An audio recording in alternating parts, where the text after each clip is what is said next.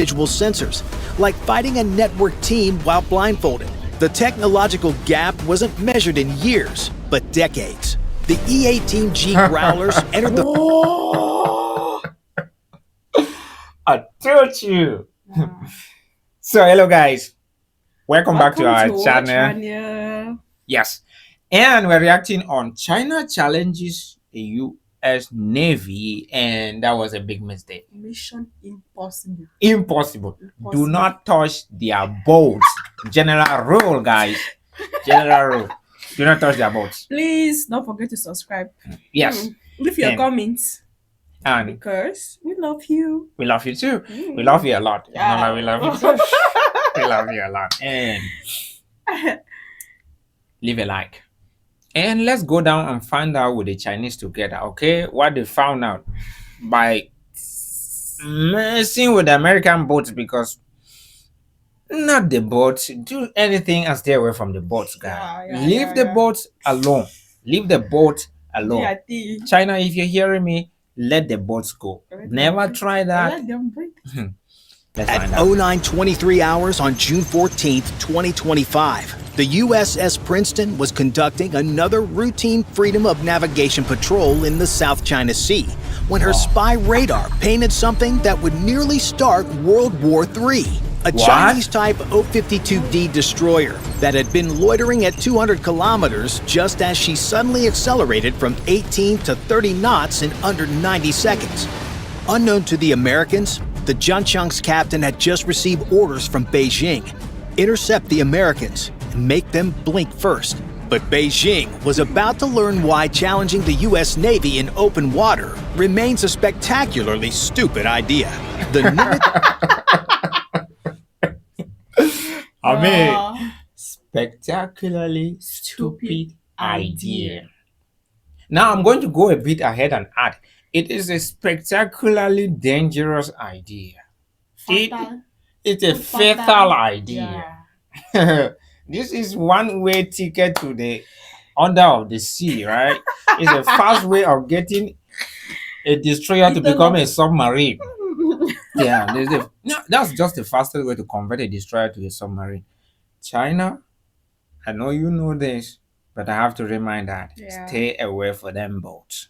Carrier strike group, you see here, had been doing what American sailors have done best for 75 years, keeping the world's most important sea lanes open so Chinese factories could sell their cheap electronics to Best Buy. They were 100... I wouldn't be posting often, right? But this is a fact, and I always point this out in my video. The US is doing a lot to keep freedom of navigation for the seas. Right? And they're doing it for totally free. Nobody's paying them to do that. And they are keeping that freedom of navigation for the Chinese to also sell their products. Even in the Gulf of Aden, where they were defending commercial ships from the Houthis, they're also defending Chinese ships because they attack every commercial ship, and they're defending Chinese interests. I don't know why these guys... They want to instead attack them. Like, what? What are you doing? Yeah, by the way. Stop that. America's boats are not... 80 nautical miles from the nearest Chinese territory, in international waters, where $3.4 trillion in annual trade flows like clockwork. The strike group's mission was textbook freedom of navigation, predictable course, transparent intentions, and the kind of professional conduct that separates real navies from floating militia. At 09:26, the target classification was complete. The radar operators had positively identified a Type O-52D destroyer of the Chinese Navy with a threat assessment of moderate to high. Inside the Princeton's Combat Information Center, the tactical action officer watched the Chinese destroyer's vector with the calm that comes from having 122 vertical launch cells loaded with enough firepower to turn any Chinese ship into fish food. The spy radar, the world's most advanced naval sensor, painted a picture so clear you could point out every detail of the enemy ship. At the Chinese destroyer's current speed, he'd reach weapons engagement range in exactly 17 minutes. The map was simple but terrifying for the Chinese. Her YJ-18 anti-ship missiles could cover the remaining distance in under 4 minutes once launched, but the Princeton's SM-6s in surface mode could reach about 240 nautical miles and swat them like flies. At 0929, the captain wanted to know the probable intent of the Chinese ship. The answer was obvious. At current speed and heading, she'd be within weapons release range in 14 minutes. The recommendation was to go to general quarters, but the captain's response was pure American confidence. Let's see how badly they want to embarrass themselves first. That's even if they could get there safely. The South China Sea was packed with merchant traffic, 46 commercial vessels within 50 miles, all depending on the U.S. Navy's presence to guarantee safe passage. A Singapore-flagged container ship loaded with semiconductors, a South Korean LNG tanker worth $200 million. All would be at risk if Beijing succeeded in turning international waters into its personal swimming pool. But that would require them to actually win a fight against the U.S. Navy, which hasn't happened since never. At 0930, It hasn't happened since Never. You need for know, okay? You need for know. America's. America. America. USA. USA. These guys are. I know. Hey, they're doing a lot and they're doing it like it's for everybody. I mean, like, the actual story is cool, but the person narrating the story, yeah, he's true American. He talks smart. He talks smart like real American. I love it. Like, I love it when people talk like that. I don't like that role of Tom diplomatic talking. No, that kind of a thing. go out and speak facts. Princeton's cooperative engagement capability automatically shared the threat data across every ship in the strike group. The Nimitz herself, 104,600 tons of floating American diplomacy carrying 90 of the world's most advanced aircraft, adjusted her flight operations with the precision of a Swiss watch. The destroyers, Changhoon and Kidd, shifted positions to take station around the carrier that would turn any Chinese attack into a one-way trip to the bottom. What? At Did you hear 0935, what I the just tactical said? picture went from concerning to dangerous. The E-2D Hawkeye orbiting at 25,000 feet, providing a god's eye view of everything within 400 miles, detected multiple aircraft launching from the Chinese carrier Shandong. The radar signatures were consistent with those of J-15 fighters, climbing hard and heading south, as if they actually stood a chance. The air controllers immediately noticed something hilarious. The J-15s were struggling to gain altitude, likely due to fuel limitations from the ski jump launch system the Chinese were so proud of. A minute later, the sonar operators added the final piece of China's coordination puzzle. They detected a possible submerged contact 80 nautical miles away, an acoustic signature consistent with a Type 039 diesel-electric submarine. The funny part? The thing was making noise like a freight train. Any competent submarine crew would have... This man, I mean, Was making noise like a freight train. You know the train that passes beside your house. Yeah, like it sounds like that. You know, a submarine is designed to be very quiet. Very quiet. That means that you are not supposed to detect it, right? And imagine that somebody can detect you from around how many miles away? 50. Yeah, 50. 50 miles away, and then claim that you are sounding like a train. That means you are not even hiding in any And when the direction. train is passing, It means they're basically looking at you. It makes in submarine technology telling you that you sound like a freight train means that's the biggest insult. Like, you are basically visible to every submarine around. been mortified. The Chinese weren't just being aggressive. They were orchestrating a multi-domain intimidation campaign with equipment that belonged in a museum. Surface ships from the 1990s, carrier aircraft that couldn't carry a full weapons load, and submarines so loud they might as well be broadcasting their position on AM radio. It was textbook bullying, the kind that only works if you're... No. Man, Guys, we don't really want to be posting that often, okay? Let's just go. Target is too weak or too scared to fight back. Unfortunately for Beijing, they just challenged the wrong navy in the wrong ocean. The U.S. Navy had been perfecting blue water dominance since 1914, and these Chinese forces were about to receive a free lesson in why the American Navy reigned supreme. Free lesson. By 0937, the USS Nimitz flight deck erupted into controlled chaos that only American carriers have truly mastered. Yeah. FA-18E Super Hornets from BFA-14 top hatters rocketed off the catapults at 45-second intervals. A ballet of precision that Chinese carriers, dependent on inefficient ski jumps, could only dream of matching. Steam billowed from the catapult tracks as American naval aviation did what it does best: project power. The 1st Division of Super Hornets climbed through 15,000 feet, their AN/APG-79 ASA radars already painting the incoming J-15s at maximum range. The technological mismatch was almost unfair. The APG-79's 1,100 transmit-receive modules could track dozens of targets simultaneously, while the J-15's mechanically scanned radar swept back and forth like a lighthouse, broadcasting its position to anyone listening.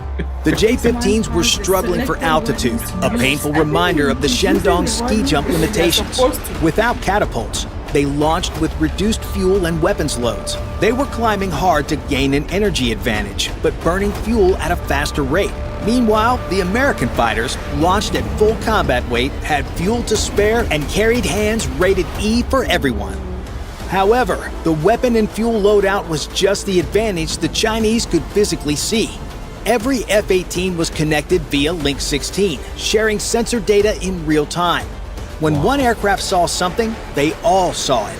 Chinese pilots, meanwhile, relied on voice commands and individual sensors, like fighting a network team while blindfolded. The technological gap wasn't measured in years, but decades. The E-18G Growlers entered the fight without firing a shot. These electronic warfare variants carried ALQ-99 jamming pods that could fry enemy electronics from 100 miles away. As they established their jamming orbits, Chinese communications began to fragment. On Chinese radar screens, ghost contacts multiplied. American fighters appeared and disappeared, multiplied and merged. What looked like 4 F-18s became 12, then 20. Radar locks broke and reformed constantly. The J-15 pilots found themselves fighting phantoms while real threats maneuvered unseen. The Americans executed a tactical spread called the Wall, a defensive formation perfected over decades. A high cap at 35,000 feet, medium at 25,000, and low at 15,000. Multiple overlapping engagement zones, mutual support, and nowhere for the Chinese to go without entering someone's weapons envelope. The Americans had the Chinese in a vice 3 times over. The Chinese formation, by contrast, remained bunched, a necessity when your data links can't support distributed operations. They had to maintain visual contact to coordinate, making them predictable and vulnerable. Their J-15s might look impressive on propaganda posters, but in actual combat, they were flying antiques against networked 21st century warfare. At 0943, the RC-135V rivet joint provided crucial intelligence. This ungainly Boeing 707 derivative had been boring holes in the sky for 6 hours, its electronic intelligence equipment cataloging every Chinese emission. The Mandarin linguists aboard were having a field day. Dark Star confirms Chinese pilots requesting permission for aggressive maneuvers. Repeat, they're asking for clearance to buzz our ships. The Chinese were escalating, but asking permission first. American pilots, trained to seize initiative, found this pretty funny. By the time Beijing approved anything, the tactical situation would have changed 3 times over. Meanwhile, the Princeton's defense systems tracked every threat with mechanical precision. Her spy radar, capable of tracking objects the size of a baseball at over 165 miles, made the Chinese destroyer look like a barn door. Fire control solutions were updated continuously, and soon it seemed like they might actually come in handy. At 0947 hours, the Zhanqiang crossed a line that would have triggered immediate retaliation from any other navy. Her Type 346A phased array radar stopped searching and locked on to the USS Nimitz with fire control quality tracking. In naval warfare, this is one breath away from launching missiles, the electromagnetic equivalent of pointing a loaded gun at someone. Inside Princeton CIC, the response was immediate but measured American discipline, drilled through countless exercises, held firm. The Chinese were betting American restraint against their aggression. They were about to learn that restraint didn't mean inability. The Princeton's own Logging onto a ship, a boat, Uncle Sam's boat. How about that again? Like, Bro, talk with Uncle Sam's word. bro wants to go to the undersea and go to the underworld.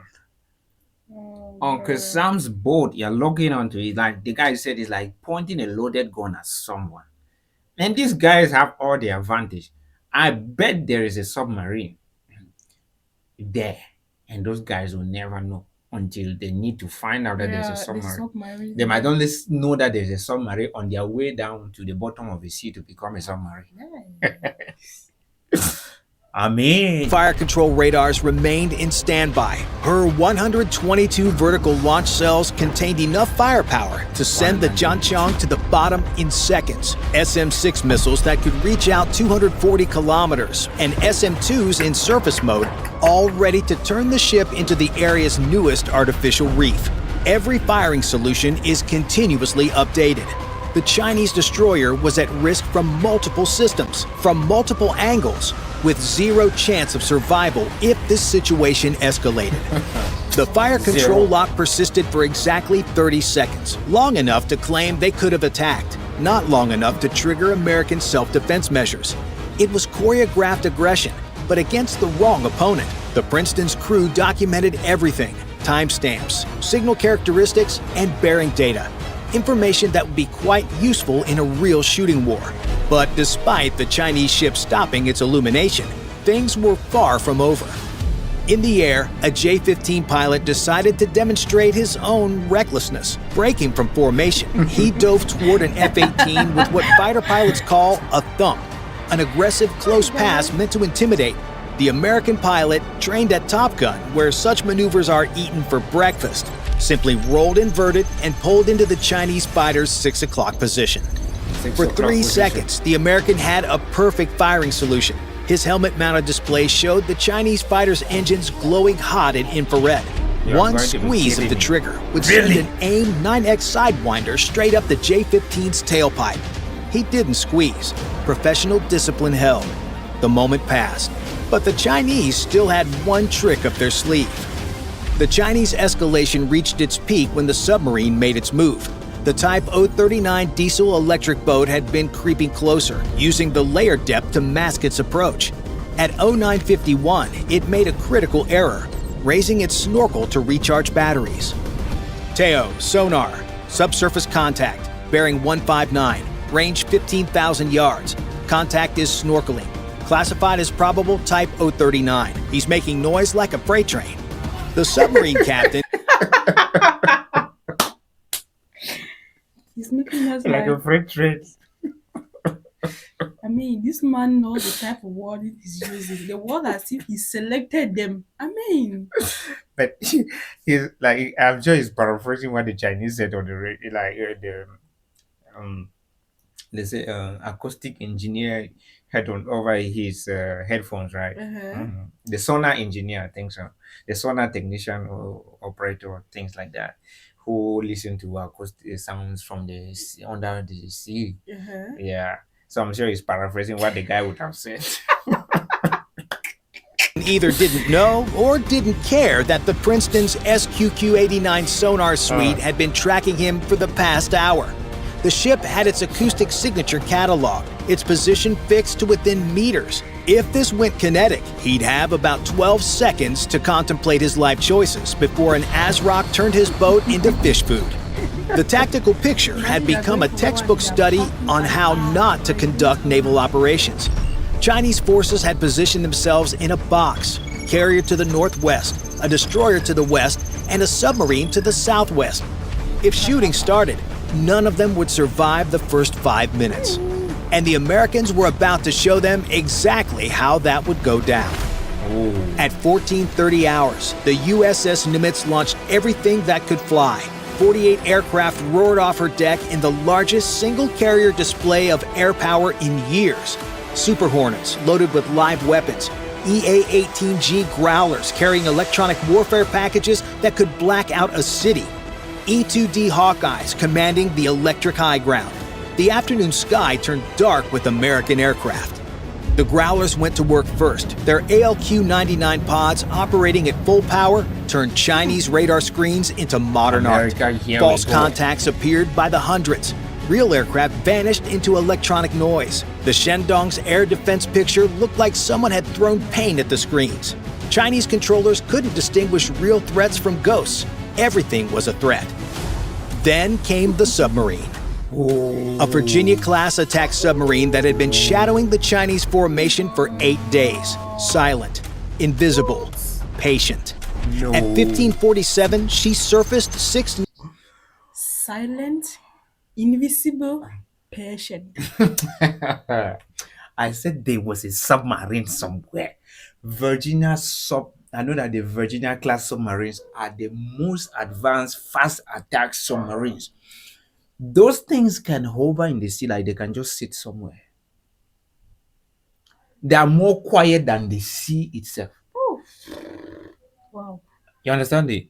Those things can sit somewhere for days if they don't have to move. And then if they have to move, they can be here and another submarine will be here and you never know. So And then the ones for the China was kind of making noise like a radio. freight train. Like they're broadcasting on the radio. Yeah. And that's like Chinese have good submarines, but not the one they use for here, this, yeah. Because that one was definitely just going to go more down if they had to use, if the Americans decided to send it even further down. Yeah. Yep. Woo. A Virginia class submarine. That was when the Americans nautical say, miles from the Shandong, proportion. close enough for Chinese lookouts Very, to see very her black hull proportion. with their Mark I eyeballs. The psychological impact was devastating. 8 days of undetected operations, their entire anti-submarine screen, helicopters, sono buoys, and hull-mounted sonar had failed to detect the 7,900-ton American submarine. If this had been war, their carrier would already be toast. The sub's commanding officer ordered an emergency surface purely for effect. The submarine burst from the water like a breaching whale, water cascading off her hull in the afternoon sun. Photographers on the Chinese ships would have perfect shots of American dominance. After about 90 seconds, enough time to be seen, photographed, and reported, she slid back beneath the waves. The message was clear. We own the undersea domain. Yes, Back in the air, American fighters Yes, demonstrated sir. ACM, air combat maneuvering, at the expense of increasingly desperate Chinese fighters. The J-15s, already low on fuel from their ski-jump launches and hard climb to altitude, found themselves unable to match the Americans turn for turn. Each engagement ended the same way. American fighters in firing position, Chinese fighters defensive and burning precious fuel. One by one, the Chinese fighters peeled off, heading back to the Shandong with near-empty tanks. Their combat endurance had been exhausted in fruitless attempts to match American capabilities. They landed with emergency fuel. Some probably saw the bingo light they'd only seen in simulators before. By 1623, the Shandong's carrier strike group began its withdrawal. Official Chinese communications spoke of completing scheduled exercises. But everyone knew the truth. They'd come to demonstrate Chinese naval power, to intimidate lawful navigation, to claim waters that didn't belong to them. Instead, they'd received a lesson in why the South China Sea is America's 6th Great Lake. Bye for now. Bye for now. I mean, guys. The South China Sea. The South China Sea is America's 6th big lake. Like, okay. Wow. I like the demonstration. I mean, try. I know America doesn't go to the press briefing to talk, right? Yeah, they will not go out to the press briefing in the White House and be like, whoa. Yeah. But you will find out if you touch their boat. They will not go out to talk. If you hear them talking about something military, like mostly political, but like in this kind of thing, you will not hear it. But the people who tried it know what they saw. Yeah. Even if they want to give the info. They will know what they saw. So, Alright, guys. please subscribe. I mean, you watch it, subscribe. Yeah. Thank you. And we cannot wait to see your comments and see how you liking the video. The video is growing, and I think we have been thinking of creating a Patreon so they can help out. If they can, they should. But Please. it's not something that you're obliged to do, right? Like we just want to Like- get a good microphone. Like look at what we We use. use for the two of us. I mean, we're using Yeah. one. So we need to get a microphone. If we All can do right. that and you guys help, we'll be very, very grateful. Thank you.